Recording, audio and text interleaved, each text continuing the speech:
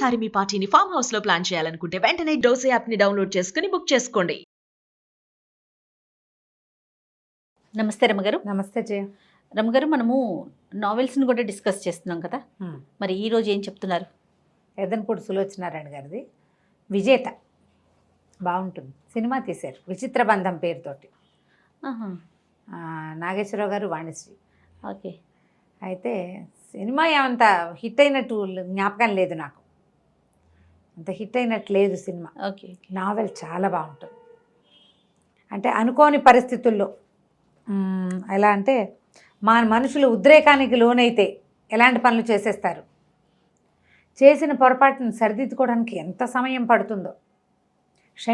క్షణికమైన ఉద్రేకం, క్షణికోద్రేకం పదం వింటుంటాం కదా, ఆ ఉద్రేకానికి లోనైన ఒక హీరో కథ. ఓకే.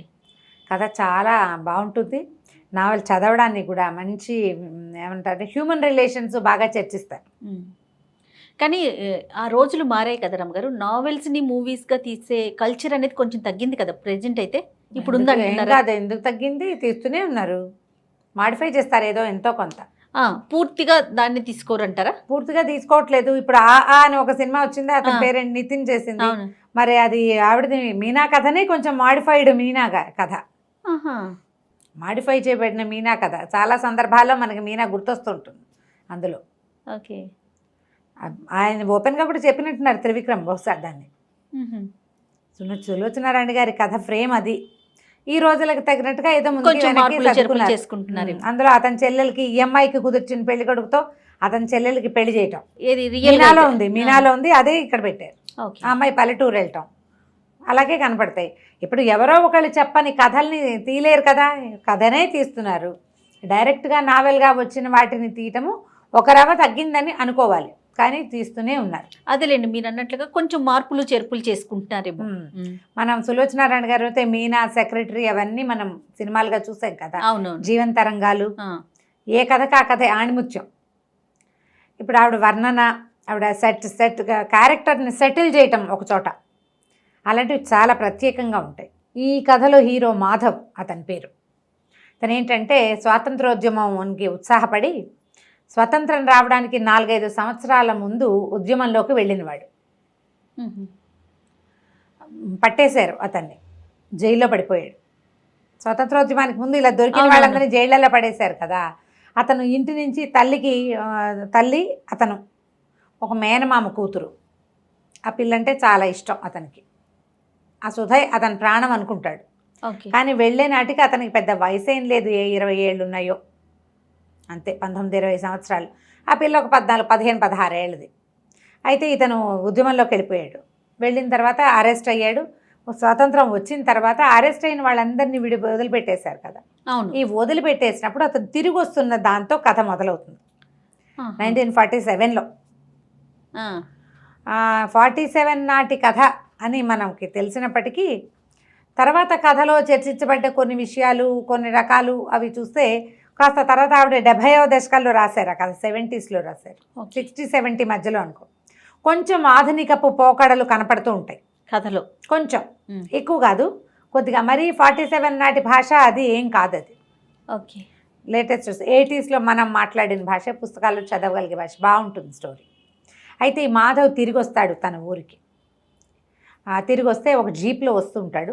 ఆ జీప్ వచ్చే దారిలో ఒక చోట ఒక గుర్రాల బండి ఒకటి, కోచ్, అది బురదలో దిగబడిపోయి కనపడుతుంది. కనపడితే వాళ్ళు ఆ కోచ్ తాలూకు ఆ కోచ్ మ్యాన్ సహాయం చేయమని కారు ఆపుతాడు. సరే చూస్తే ఏమవుతుంది, ఆ కోచ్లో ఒక అందమైన అమ్మాయి ఉంటుంది. ఒక 16-17 సంవత్సరాలు ఉంటాయి. అటు ఇటుగా ఇతను సూత వయసు అనుకో, 18 ఏళ్ళు నుంచి 17-18. పిల్ల చాలా అందంగా మంచి బట్టలతోటి బాగా డబ్బున్న వాళ్ళ పిల్లలే కనపడుతుంది, అందమైన పిల్ల. అయితే ఈ కోచు ఇందులో దీనికి చేతులు, బండిని బైక్ తోస్తాడు, చేతులు కడుక్కోవడానికి నీళ్లు కనపడ, బురదలో టైర్ చక్రము బురదలో దిగిపోయింది, అక్కడ నీళ్లు ఉన్నాయని చూపిస్తారు. ఆ నీళ్ళ కోసం వెళ్ళినప్పుడు అది కొంచెం వెన్నెల రాత్రి, ఆ వెలుగులో ఆ పిల్ల మొహం అతనికి స్పష్టంగా కనబడుతుంది. అమ్మాయికి పైపెదవ మీద పుట్టుమచ్చ ఉంటుంది. దాని కేసు చూస్తే అతనికి మరదలు జ్ఞాపకం వస్తుంది. ఆ అమ్మాయి కూడా ఇలాంటి పుట్టుమచ్చ ఉంది, కుడి ఎడమలుగా ఉంటాయి. అది చూస్తూ చూస్తూ అమ్మాయి కర్చీఫ్ ఏదో నాప్కిన్ లాంటిది అందిస్తుంటే నాప్కిన్ పుచ్చుకోకుండా చేయి పట్టుకుంటాడు. పట్టుకునేసరికల్లా అమ్మాయి వెంటనే యూ రాస్కెల్ అనేసి చేయి లాగేసుకుంటుంది, తిట్టేస్తుంది. ఇతను అది కాదు ఇది కాదని మళ్ళీ చేయించుకోవడానికి ప్రయత్నం చేస్తాడు. ఆ అమ్మాయి ఏం చేస్తుంది, మెళ్ళో ఆ పిల్లకి ఒక పులిగోరు పథకం వేళ్లాడుతుంటుంది. టక్కిన మెళ్ళో ఇంచి ఆ పులిగోరు తీసి అతని మొహం మీద పొడి చేస్తుంది. అంటే తనను తను కాపాడుకోవడానికి చేసిన ప్రయత్నం. నిజానికి అతను ఏం చెయ్యాల, కానీ చీకటి మాటను ఎవరైనా చేయించుకుంటే అలాంటి ఉద్దేశం కలుగుతుంది. ఆ పిల్ల అపార్థం చేసుకుంటుంది. ఇతను కూడా మనిషి దృఢంగా భారీగా పెద్దవాడిగా ఉంటాడు, పొడుగాటివాడు. ఆ వయసు వాళ్ళని నమ్మలేరు ఆడపిల్లలు. దాంతో ఇతను మొహం పక్కకి తిప్పేసరికి అలా బుగ్గ మీద పొడుగ్గా గీసుకుపోతుంది. నెత్తురు వచ్చేస్తుంది, భగ్గుమంటుంది మొహం. హడిలిపోతాడు. ఆ అమ్మాయి అది కాదు ఇది కాదని నేను చెప్పే లోపలే ఆ అమ్మాయి కాస్త పరిగెత్తుకుంటూ వెళ్ళి ఆ గుర్రబండి మీద కూర్చుని ఎడాపెడా ఆ గుర్రాలని బాధేస్తూ పరిగెత్తిచ్చేస్తుంది అక్కడి నుంచి. ఏదో జరిగిందని చూసిన వాళ్ళకి అర్థమవుతుంది, కానీ ఏం జరిగిందో తెలియదు. మళ్ళీ వచ్చి జీప్లో కూర్చుంటాడు. జీప్ డ్రైవర్ వీడు ఏదో చేశాడనిపిస్తుంది. అమ్మాయికి పిచ్చర్లే ఉందంటాడు. అయిపోయింది ఇక్కడి నుంచి ఇంటికి వెళ్ళిపోతాడు. ఇంటికి వెళ్ళేసరికల్లా వాళ్ళ ఇల్లు ఇంటి ప్లేస్లో ఏదో ఉంటుంది. ఒక ముసలాయన ఎవరో కనపడతాడు, బాబాయ్. అయ్యో నువ్వు చనిపోయావు అనుకున్నాడు రా నాయన, మొత్తాన్ని బతికే ఉన్నావు, 5 సంవత్సరాలు 4-5 ఏళ్ళు అయిపోయింది. ఆంటీ ఇంటికి తీసుకెళ్తారు, అన్నం అదే పెడతారు. తీరా చూస్తే తల్లి లేదు, చనిపోయింది. సోదాలకి వీళ్ళ ఊరు కూడా వచ్చారు. వాళ్ళ అమ్మ గుండె పగిలిపోయి ఆవిడ పోయింది. ఆ ఇల్లు ఇంకా ఈ పిల్లాడు చచ్చిపోయాడని వచ్చింది వార్త. దాంతో ఇంటినేమో స్కూల్కి ఇచ్చేశారు ఇతని జ్ఞాపకార్థంగా. సుధ ఏమైందంటే, సుధనేమో వాళ్ళ మేనమామ వచ్చి తీసుకెళ్ళాడు. ఇతని అమ్మాయికి ఇతనికి మాధవ్కి మేనమామ కూతురు. మాధవ్ మేనమామ భార్య ఉంది కదా, ఆమె అన్నదమ్ములు ఎవరో వచ్చి ఈ పిల్లని తీసుకుపోయారు. దాని గురించి వివరాలు ఏమైనా తెలుసా అంటే, ఏవో ఉత్తరాలు రాసిన ఉత్తరాలు చూస్తే వాళ్ళంతా చాలా మంచివాళ్ళని, తన్ని బాగా చూసుకుంటున్నారని రాస్తుంది. కానీ వీళ్ళని కోల్పోయానన్న బాధ ఆ ఉత్తరాల్లో కనపడుతుంది. ఇక ఏమీ చేయలేక బయలుదేరిపోతాడు. చాలా దిగులుగా ఉంటుంది, ఏం చేయాలో తెలియదు. అక్కడి నుంచి ఏం చేస్తాడు, ఇక ఇతనితో పాటు జైల్లో రామ్ గోపాలరావు గారని ఒక ఆయన ఉంటారు. ఆయన కొంచెం సంపన్న గృహస్థు. ఈయన ఈ ఉద్యమంలో ఉంటారు. ఆయనకు ఉత్తరం రాసి పంపిస్తాడు ఈ జీప్ డ్రైవర్ తోటి. ఇక్కడ మా అమ్మ లేదు, సుధా లేదు, నా జీవితం ఇలా ఉందంటే ఆయన పర్వాలేదు, నువ్వు బాధపడుకు, నా దగ్గరికి వచ్చేసేయమంటాడు. ఆయన దగ్గరికి వెళ్తాడు. సరే, వెళ్ళిన తర్వాత బాగా ఆరాధీసి ఈ సుధ ఎవరింటికి వెళ్ళిందో అది మొత్తం కనుక్కుంటాడు. ఆ అమ్మాయి మేనమావ నాగభూషణం బాగా సంపాదిస్తాడు. వ్యాపారం ఏదో ఉంటుంది, కలప వ్యాపారమో ఏదో. వాళ్ళ ఇంటికి వెళ్తే ఆ సుధకి పెళ్ళైపోయి ఉంటుంది. మేనమావ కొడుకునే పెళ్లి చేసుకుంటుంది. తనకు తెలిసిన అందాల భార్యని కాదు ఈ పిల్ల. చక్కగా బొద్దుగా చిన్నగా బాగా క్యూట్గా ఉండే అమ్మాయి కాకుండా పుష్టిగా ఒంటి నిండా నగలతోటి బాగా దెబ్బతోటి వచ్చిన దర్పంతో ఉన్న అమ్మాయి కనపడుతుంది. ఆడపిల్లని నాకు అంతకంటే వేరే దారి లేకపోయింది అని అనలేదనిపిస్తుంది అతనికి. ఏదో చిన్నప్పుడు అనుకున్నావు అవి ఇవి ఇప్పుడు ఎందుకుంటాయి అవన్నీ భలేవాడివి బాబా అంటుంది. కానీ మేనత కొడుకు చిన్నప్పటి నుంచి ఇతనితో కలిసి పెరిగింది, ఇతను బతికొచ్చాడని సంతోషపడుతుంది. ఒక విసుగు పుట్టేస్తుంది ఇతనికి జీవితం అంటే, ఇక్కడ ఉండకూడదు అనుకుంటాడు. ట్రైన్ ఎక్కుతాడు. ఆ ట్రైన్ ఎక్కేటప్పుడు ఏమవుతుంది, పొరపాటున ఒక ఫస్ట్ క్లాస్ కూపేలోకి వెళ్తాడు. అతను ఎక్కిన తర్వాత ఎవరో వస్తారు. తీరా చూస్తే ఏ అమ్మాయి అయితే తన బుగ్గ మీద ఇలా ఘాటు పెట్టిందో ఆ అమ్మాయి అక్కడ ఉంటుంది. ఇక ఏం చూస్తే ఎవ్వరు ఉండరు, ఆ కూపేలో వాళ్ళిద్దరే ఉంటారు. ఆ పిల్లని బాగా బెదిరించి ఏడిపించాలనిపిస్తుంది ఇతనికి. పెద్దవాడు కాదు కదా, 24-25 ఏళ్ళవాడు. ఆ అమ్మాయి అంతకంటే రెచ్చిపోయి తిట్టినట్టుగా బిహేవ్ చేసేసరి కల్లా ఆ పిల్లని బలవంతం చేసేస్తాడు. ఒక ఆపుకోలేని తనంతో. ఏం చేయాలో తెలీదు. అయ్యో ఇంత పని చేశాను, ఈ పిల్ల జీవితం పాడు చేశాను అనిపిస్తుంది. అటు తోటకూర కాడలా పడిపోతుంది. బ్రీఫ్గానే రాస్తారు. సరే ఏమనుకుంటాడు, ఇంత పని చేసి నా మొహం ఎలా చూపిస్తాను, రామ్ గోపాలరావు గారు నన్ను పిలిచారు, నేను మంచివాడిని, ఇలాంటి పని చేశానని తెలిస్తే ఏమైనా క్షమిస్తారా ఎవరైనా? ఏమీ చేయలేక ఆ పిల్లని అక్కడ వదిలిపెట్టేసి ఆత్మహత్య చేసుకుందామని దిగేస్తాడు. ట్రైన్ దిగుతాడు. అమ్మాయి లోపల పడి ఉంటుంది. దిగేస్తాడు. కానీ దూకేసే టైంకి జీవితం మీద ఏదో ఒక ప్రీతి వెనక్కి అడుగేసేస్తాడు. చావడు, చనిపోవడానికే వెళ్తాడు. ఆత్మహత్యకే ఇంత పని చేశాను నేను అని. అక్కడి నుంచి ఆ రామ్ గోపాల్ గారి దగ్గరికి వెళ్ళిపోతాడు. ఆయన చాలా బాగా చూసుకుంటారు. ఇతనికి ఆ అమ్మాయి ఎంతసేపు గుర్తొస్తూ ఉంటుంది. ఆ పిల్ల మొహం మర్చిపోడు. ఆ మెళ్ళలో ఉన్న పులిగోరు, అందమైన మొహం, సోగ కళ్ళు అవి బాగా జ్ఞాపకం ఉంటాయి. సరే వీళ్ళ దగ్గర ఉండటం మొదలు పెడతాడు. ఆయన కొంత 4-5 సంవత్సరాలకి ఆయన చనిపోతారు. ఆయన ఆస్తి పాస్తి వ్యవహారం అంతా చూసేవాడు. ఆయన పోతూ పోతూ వీళ్ళు ఏం రాస్తారంటే, తన ఆస్తి మీద ఇదంతా కూడా ఇల్లేమో హాస్పిటల్కి ఇచ్చేయాలి, ఆ వ్యవహారం అంతా మాధవే చూడాలి, తర్వాత హైదరాబాద్కు 40 కిలోమీటర్ల దూరంలో ఒక పల్లెటూరులో ఉన్న ఒక ఇల్లు, 10 ఎకరాల పొలము మాధవ్ పేరుతోటి రాస్తారు. ఈ హాస్పిటల్ గార్డియన్షిప్ అంతా మాధవ్కి. ఆయన చుట్టుపక్కలకి ఎవరికి ఆస్తి ఎవరు, దాంతో వాళ్ళంతా బాగా గొడవ చేస్తారు.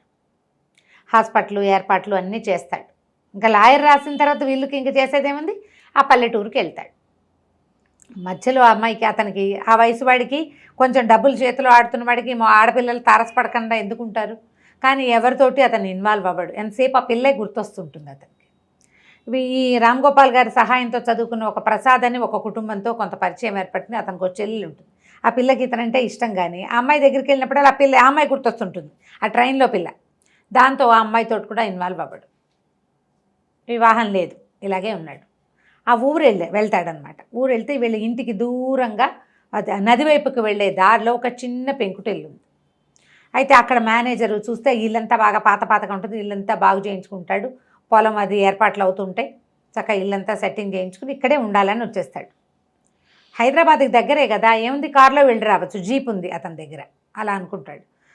చూస్తే ఆ చిన్న పెంకుటి ఇంట్లోంచి చెరువు నది వైపుకి వెళ్ళే దారిలో ఒక పెంకుటిల్లు ఉంది. ఆ కాస్త కొనేస్తే ఇక్కడి నుంచి అక్కడ దాకా తోట డెవలప్ చేయొచ్చు, గార్డెన్ డెవలప్మెంట్ బాగుంటుందని చెప్తాడు మేనేజర్. ఆ ఇంటి వాళ్ళని అడగమంటే వాళ్ళు ఒప్పుకోరు. అందులో ఎవరు లేరో తల్లి, ఓ పిల్లాడు. వాళ్ళు ఎవరితోటి మాట్లాడరు. పేదవాళ్ళు ఏదో వ్యవసాయం చేసుకుంటారు, చిన్న పొలం ఉంది, దున్నుకుని ఏవో ఒక కూర మొక్కలు అవి పెట్టుకుని దాంతో కాలక్షేపం చేస్తారు. వాళ్ళ దగ్గర డబ్బులు లేవు, కానీ వాళ్ళు ఆ ఇల్లు అమ్మరు. సరే, ఇతను ఏం చేస్తాడు, వాళ్ళని ఎన్ని విధాలు అడిగి చూసినా వాళ్ళు ఒప్పుకోరు. ఓ రోజు అక్కడికి వెళ్తాడు.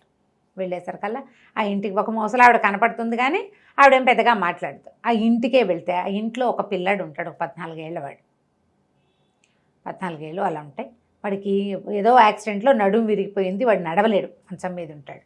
ఈయన్ని చూసి అసలు కిరిబిక్కిరైపోతాడు సంతోషంతో. కాస్త చదువుకున్న మొహం చూసి ఎన్నేళ్ళు అయిందో, వీళ్ళంతా పల్లెటూరు వాళ్ళు అని చెప్తే అది మీది ఈ ఊరు కాదంటే, చిచ్చి వీళ్ళు ఈ ఊరికి మాకు ఏం సంబంధం, మా సంబంధం లేదు. మా నాన్న నవాబు దగ్గర మిలిటరీ ఆఫీసర్, రజాకార్ మూమెంట్లో మా నాన్నని కాల్చేశారు. మరి నేనేమో పారిపోయే క్రమంలో గోడ మించి పడిపోయి నా నడుము విరిగిపోయింది, అందుకని నేను మంచాన్ని పడిపోయా. మా అక్క నేను ఆయా ఉంటాం. ఆవిడ మీ అమ్మగారు, చిచ్చి ఆ అమ్మ ఏమిటి, అమ్మ కాదు ఆయా అని చెప్తాడు. ఆయా, అక్క, తమ్ముడు ఉన్నారు. ఇక ఈ పిల్లాడితో ఫ్రెండ్షిప్ చేస్తాడు. ఆ పిల్లాడిని చూస్తే ఉసూరుని అనిపిస్తుంది. ఎవరో ఒకళ్ళు ఉండద్దు ఇలాగా, ఆ వయసు పిల్లలు, పైగా చదువుకున్న ఆగర్భ శ్రీమంతుల ఇంట్లో పుట్టిన పిల్లవాడు ఇట్లా పాపం ఒంటరిగా పడున్నాడని ట్రాన్సిస్టర్ కావాలి, పాటలు వింటానంటే రేడియో పంపిస్తాడు. 2 సార్లు తిరుగుతాడు. 3వసారి ఆ ఇంట్లో ఉన్న అమ్మాయి ఎదురుపడుతుంది అతనికి. తీరా చూస్తే ఆ అమ్మాయి ఎవరో కాదు, ఏ అమ్మాయినైతే ట్రైన్లో వివసంగా ఉన్న పిల్లని వదిలిపెట్టి పారిపోయాడు అతను, ఆ పిల్ల ఇక్కడ కనపడదు. అతనికి అర్థమవుతుంది, అతను చెప్పే వాళ్ళ అక్కయ్య ఈ అమ్మాయే అని. దాన్ని బతంలాడడానికి ప్రయత్నిస్తాడు. అమ్మాయి, ఇంకా ఏం చేయడానికి వచ్చావు, మా జీవితం సర్వనాశనం అయిపోయింది, ఇంకేం చేస్తావు నువ్వు అంటుంది. ఏం జరిగిందో ఆ కోచు మెడ నిండా ఒంటి నిండా బంగారం ఖరీదైన బట్టల్లో చూసిన పిల్ల ఇప్పుడు ఒక దిక్కు లేకుండా ఆ కాళ్ళు విరిగిపోయిన పిల్లవాడితోటి ఒక పాత చీర కట్టుకుని మట్టిలో పనిచేస్తూ కనపడుతుంది. ఈ స్థితికి తను ఎట్లా కారణమయ్యాడో అతనికి అర్థం కాదు, తనే కారణమా అనిపిస్తుంది. అక్కడి నుంచి ఈ పిల్లాడు ఏం చేస్తాడు, ఉత్తరం రాసి పంపిస్తాడు, మా నాన్న మా అక్కయ్య ఒప్పుకోవట్లేదు, ట్రాన్సిస్టర్ తీసేసుకోండి అని. కానీ అతను వదిలిపెట్టాడు. ఇప్పుడు ఎలాగైనా ఆ పిల్లని సాధించాలంటే ఈ పిల్లని పట్టుకోవాలనుకుంటాడు. అమ్మాయి కావాలి ఇతనికి, ఇంకా జీవితంలో వేరే ఆశ ఏం లేదు, ఇదే నా తాలూకు చుక్కాని నా జీవితానికి అనిపిస్తుంది. ఎంత ట్రై చేసినా అమ్మాయి ఇతనితో మాట్లాడు. ఆ పిల్లాన్ని బాగా మాలిం చేస్తాడు. నీ కాళ్ళు తెప్పిస్తాను నేనంటే అప్పుడు డాక్టర్ని తీసుకొస్తాడు. నేను చేయిస్తాను, అప్పుగానే ఇస్తా, మీరు అప్పు తీర్చుకోండి. అక్క ఒప్పుకోదు, కానీ అంటే నేను ఇలాగే బతకాలా అని ఏడుస్తాడు తమ్ముడు. ఎందుకు వాడి మొహం తనకి గిట్టదో చెప్పదు. ఇంకేం చేస్తారు, ఇక ఆపరేషన్ తప్పనిసరి, ఆపరేషన్ చేయిస్తారు. మరి కాళ్ళు వస్తాయి, నడకొస్తుంది, క్రచెస్ తోటి వాటితో నడవగలుగుతాడు. తప్పనిసరి ఆయా అమ్మాయి పేరు సంధ్య. ఇద్దరు ఇతనితోటి లొంగి ఉండాల్సి వస్తుంది. మెల్లిగా అలవాటైతే క్రమంగా తనని దగ్గర తీసుకోవచ్చు అనుకుంటాడు. ఎంత ట్రై చేసినా లొంగదు, మహాపొగరబోతు అమ్మాయి. క్యారెక్టర్ని అట్లా చూపిస్తారు, కానీ దెబ్బతిన్న వాళ్ళకి ఇంకా ఆత్మాభిమానం హెచ్చుగా ఉంటుంది. అండర్ కరెంట్గా ఆ పిల్ల ఆత్మాభిమానమే మనకి కనపడుతూ ఉంటుంది అనమాట. అది పొగరులాగా ఒక డైలాగ్ వస్తూ ఉంటుంది అతని దగ్గర, కానీ అది కాదు, దెబ్బతినిపోయిన ఆత్మాభిమానం. మా జీవితం ఇలా అయిపోవడానికి ఇదే కారణము అని. సరే, ఇలా కొద్ది రోజులు గడిస్తే ఈ పిల్లాడు హాస్పిటల్లో ఉన్నప్పుడు ఏమవుతుంటే వీళ్ళకి పెద్ద తుఫాన్ ఒకటి వచ్చి నదంతా పొంగిపోయి వీళ్ళు ఇల్లంతా నీళ్ళు వచ్చేస్తాయి. బలవంతంగా వాళ్ళని తన దగ్గరికి తీసుకొచ్చేస్తాడు. మరి వీళ్ళింటి ఇతని పెద్ద ఇల్లు కదా, ఇల్లు మునిగిపోయాక ఇంకేం చేస్తారు అక్కడ? ముగ్గురిని తీసుకొచ్చేస్తాడు, వీళ్ళ ఇంట్లో ఉంటారు, ఈ సర్జరీ చేస్తాడు. ఈ సర్జరీ అయ్యి అతను కొంచెం నార్మల్ అయ్యే క్రమంలో ఆ జ్యోతి అనే అమ్మాయి, ఆ ప్రసాద్ చెల్లెలు అక్కడ కనపడుతుంది హాస్పిటల్లో. అబ్బో వీళ్ళు చాలా గ్రంథసాంగులు, వీళ్ళు ఎక్కడ దొరికారు నీకు అని అడుగుతుంది. అడిగేసరికల్లా అదేంటి అట్లా అంటావు, ఏమిటి అదంటే, నాకు వీళ్ళ సంగతులన్నీ తెలుసు, కావాలంటే నేను నీకు నిరూపిస్తాను అంటే, తీరా ఏం నిరూపిస్తుందో వాళ్ళని ఇంటికి పంపించాక అమ్మాయి ఏం నిరూపిస్తుందో చూడాలనుకుంటాడు. ఈ పిల్లంది ఇది అందంగా కనపడుతుంది, నంగనాచి ఓ పిల్లని కానీ హాస్పిటల్లో బారేసింది అని చెప్తాడు. చెప్పేసరికల్లా పిల్లాన్ని చూపించమంటాడు. నిర్ఘాంతపోతాడు అతను. చూపించమంటే ఒక శరణాలయంలో, అంటే ఒక కాన్వెంట్లో, హాస్పిటల్కి అనుబంధంగా ఉండే కాన్వెంట్, ఆ కాన్వెంట్లో ఈ సంజయ్కి డెలివరీ అయింది. ఆ పిల్లవాడు ఇక్కడ ఉండిపోయాడు. దాంతో వెళ్తారు జ్యోతి ఇతను. ఆ పిల్లాడు చూస్తే ఆ పిల్లవాడు తనలాగానే కనపడతాడు ఇతనికి, 4 ఏళ్ల పిల్లాడు. ఆవిడేం చెప్తుందంటే, అయ్యో ఎంత సంజయ్కి కళ్ళు పాడే పూడుకుపోయాయా, ఇంత అందమైన పిల్లాడు, వీడిని ఎట్లా వదిలిపెట్టిందంటే, ఆవిడంటుంది కాదు అసలు ఆ అమ్మాయికి స్పృహే లేదు, చాలా బలహీనంగా ఉంది, అసలు అమ్మాయి బతుకుతుందని కూడా మేము అనుకోలేదు, పిల్లాడు బతుకుతాడు అనుకోలా, ఆ 9-10 నెలల ప్రెగ్నెన్సీలో ఆ పిల్ల గట్టిగా అన్నం తినదే లేదు, ఏదో రుణానుబంధం వల్ల ఈ పిల్లాడు పుట్టాడు, కానీ లేకపోతే పుట్టవలసింది కాదు, ఆ పిల్లే చచ్చిపోవాలి, ఆహారం కూడా లేదు తనకి సరిగా, ఏదో ఆకలికి ఒక గుప్పెడు తినే తప్పిస్తే బలవర్ధక ఆహారం లేని పరిస్థితుల్లోనే ఉంది, ఏదో ఒక పొరపాటున జరిగింది. అయితే ఈ పిల్లాడు 3 రోజుల దాకా 5 రోజుల దాకా బతుకుతాడు అనుకోలేదు, మేము పిల్లని పంపించేసాం. పిల్లవాడు బతికాడని నేను మళ్ళీ వాళ్ళ నాన్నకు ఫోన్ చేస్తే ఆయన నేను ఎవరో తెలియదు అన్నట్టుగా బిహేవ్ చేశాడు. ఆ తర్వాత రజాకార్ మూమెంట్లో ఆయన్ని కాల్ చేశారని తెలిసింది. ఆ తల్లి పిల్ల ఏమైపోయారో, ఆ అమ్మాయి ఏమైపోయిందో తెలియదు. ఈ పిల్లాడు చాలా అందమైన పిల్లాడు, చాలా తెలివైన వాడు, నేనే పెంచుకుంటున్నాను అని చెప్తుంది ఆ కాన్వెంట్ మదర్. ఇక ఆ పిల్లాడిని చూసేసరికల్లా ఏం చెప్తుందంటే, ఈ జ్యోతి పిల్లాడి తండ్రే వీడని చెప్తుంది అక్కడ చూపించటం కోసం. పిల్లాడి తండ్రి అంటే పోలికలు కనపడుతున్నాయి కదా చక్కగా, దాంతో ఆ సిస్టర్ నమ్మేస్తుంది. అక్కడి నుంచి పిల్లని దగ్గరికి తీస్తే వస్తాడు దగ్గరికి, వాడు కొంచెం జనముద్దైన పిల్లాడు, అందరితోటి కొంచెం బాగుంటాడనమాట. తర్వాత ఇతను మర్నాడు వెళ్ళి మాట్లాడుకుని సంజయ్ నా దగ్గరే ఉందని చెప్పి పిల్లాన్ని నాకు ఇచ్చేయమని అడిగి తెచ్చేసుకుంటాడు. ఇంటికి తెచ్చేస్తాడు. ఆ ఇంట్లో ఆల్రెడీ సంజయ్ ఉంది, ఆయా ఉంది. వాసుని స్కూల్లో చేర్పిస్తారు, ఒక కాన్వెంట్లో చేర్పిస్తాడు. ఇదంతా అప్పే అనుకోమంటాడు, పెద్దయ్యాక తీరుద్దు కానీ, నాకు సరైన టైంలో ఎవరు చదువు చెప్పించలే, నన్ను ఎవరు చూడలేదు, నీకు ఒక అవకాశం లభించింది, అది తీసుకోమంటారు. మరి వాళ్ళ ఇంట్లో ఉంటున్నందుకు పని చేసుకో, ఏదైనా పని చేసి పెట్టద్దు. అందుకని ఇంటి పని చేయడానికి దానికి ఆయా వాళ్ళు ఒప్పుకుంటారు, ఇంట్లోనే ఉంటారనమాట. ఆయా ఏముంటుందంటే, ఇప్పుడు చూడు నీ కోసం అని ఎంత సర్దుకున్నాను అనమ్మా నేను, ఇప్పుడు ఇంత పెద్ద వయసు వచ్చాక నాకు స్థిమితంగా ఎక్కడైనా ధైర్యంగా బతకాలనుంది, బతికినన్నాళ్ళు, నీకు ఇష్టం లేదంటే వెళ్ళిపోదని చెప్పంటు. ఇప్పుడు ఇంతకాలం కష్టపడ్డారు, ఏం చేస్తుంది, ఊరుకుంటుంది అనమాట. అతనితో ఉండటం ఇష్టం లేదు, మెల్లిగా అలవాటు పడతారు. పిల్లాన్ని తీసుకొచ్చేసరికల్లా వాడు సంజయ్ అని పిలుస్తాడు, మెల్లిగా అమ్మ అని పిలవటం మొదలు పెడతాడు. తిడుతుంది అన్నేందుకు, వీడికి ఇలాంటి వాళ్ళు ఎన్ని పనులు చేశాడో, ఎవరి పిల్లాడో పిల్లాడు అనుకుంటుంది, నిజం చెప్పడు. కానీ పిల్లాన్ని మాత్రం అమ్మాయికి అలవాటు చేస్తాడు.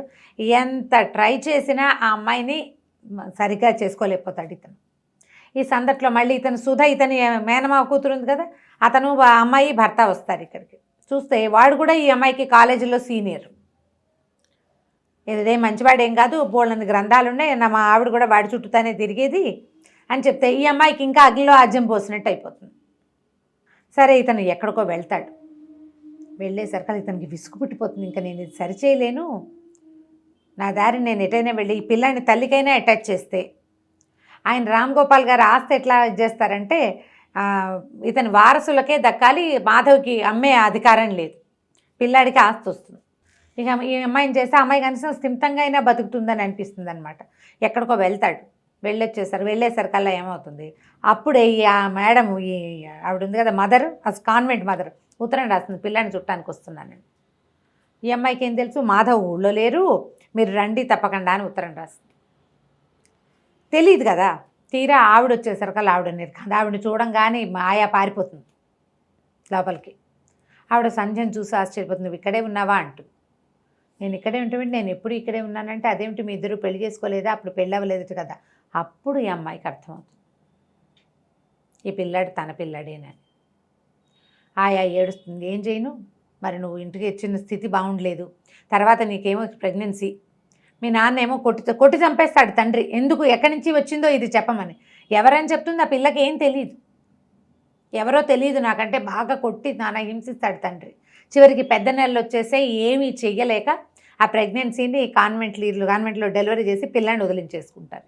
అప్పుడు అసలు నువ్వే బతుకుతావో లేదో తెలీదు, నిన్ను అడ్డాల్లో నుంచి పెంచాను, మీ అమ్మ దగ్గర నుంచి నేనే పెంచాను, నీ తమ్ముడిని నేనే పెంచా, ఇప్పుడు నీ పెంచిన ప్రేమ నాకు ముఖ్యం, ఆ చంటిగుడ్డు పసిగుడ్డు ముఖ్యం కాదు కదా, నేను పెంచుకున్న పెళ్ళే నాకు ముఖ్యం, అందుకని తీసుకొచ్చేసాను. ఆ ఇల్లు వాళ్ళ పల్లెటూరులో ఉన్నది కూడా ఈ ఆయా భర్తకి రావు బహదూర్ గారు ఇచ్చిందనమాట గిఫ్ట్. అందరూ చచ్చిపోయారు, అమ్మాయి మొగుడు కూడా ఆయా మొగుడు కూడా పోతాడు ఆ రజాకార్ మూమెంట్లో. ఆవిడకి పిల్లలు లేరు. ఈ అయ్యగారి కూతుర్ని కొడుకుని తీసుకొచ్చి తన పల్లెటూరు తీసుకొచ్చి తనతో పాటు ఉంచుకుంటుంది. ఆయాగానే ఉంటుంది. తనకి వాళ్ళ నాన్న ఇచ్చిందైనా తనకిచ్చేసింది, దాని మీదే ఉంటారు తన అక్క తమ్ముడు. ఇంకేం చేస్తుంది, ఆ పిల్లాన్ని దగ్గర తీసుకుంటుంది. ఇతను ఏం చేస్తాడంటే వస్తాడని ఎదురు చూస్తూ ఉంటుంది. అతను ఒక ఉత్తరాన్ని రాసి పెట్టి దీంట్లో పెడతాడు, ఒక వినపెట్టెలో పెడతాడు, డబ్బులు అవసరమైనప్పుడు తీసి చదువుతుంది అని. ఆ ఉత్తరం అమ్మాయి చదవదు, కానీ తెలుసుకుంటుంది.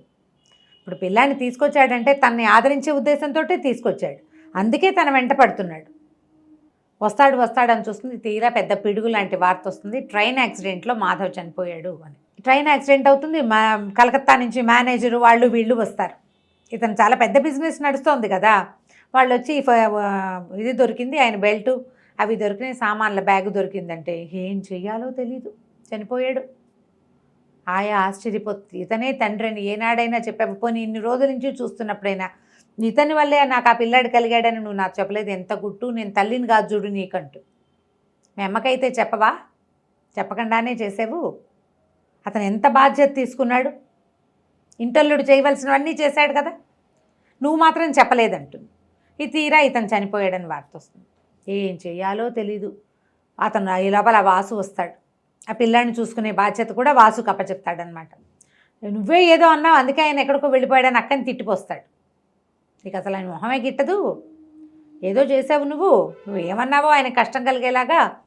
ఆయన ఎక్కడికో వెళ్ళాడు, ఎన్నాళ్ళకి రాడు, చివరికి వార్తేమో ఈ మరణ వార్త వచ్చేస్తుంది.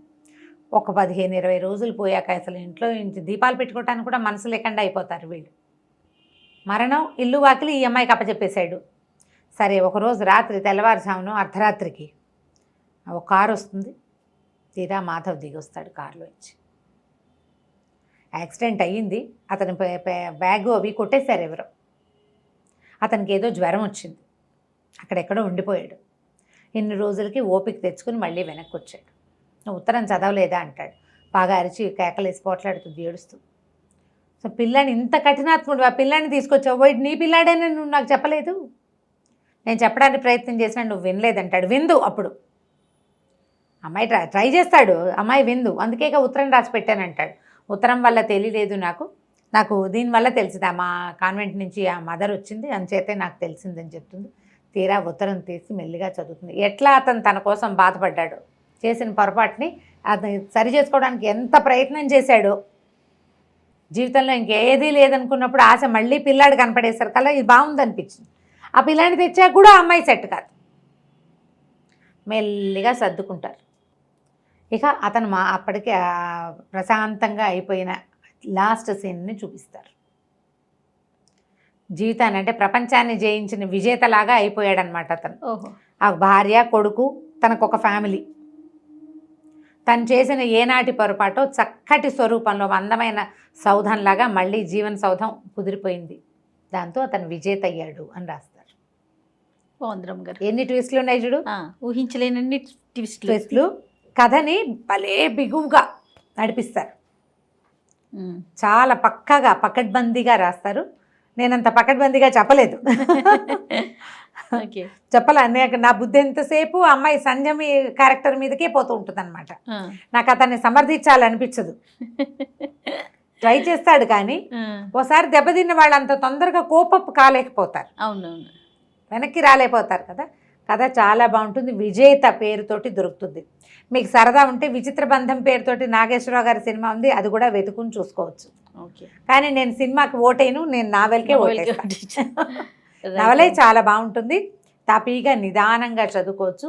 ఎవరైనా చెప్పేది వినాలి మనం, అనేది ఒక అండర్ కరెంట్గా కనపడుతూ ఉంటుందన్నమాట. తాత్కాలికమైన క్షణికోద్రేకాలకి లోన్ కాకూడదని, దానివల్ల చాలా సమస్యలు వస్తాయని, అవతల వాళ్ళు చెప్పేదానికి కొంత చెవి ఇవ్వాలి అనేది ఒక క్లియర్గా కనపడుతుంది. చివరి దాకా అతని బుగ్గ మీద ఆ అమ్మాయి పులిగోరుతో గీసిన గీత అట్లా ఉన్నట్టే ఉంటుందన్నమాట. ఎవరైనా అదేమిటి అనగానే అమ్మాయి గుర్తొచ్చేస్తుంది అతనికి. చాలా బాగుంది రమ్మగారు. రైట్. నమస్తే. నమస్తే.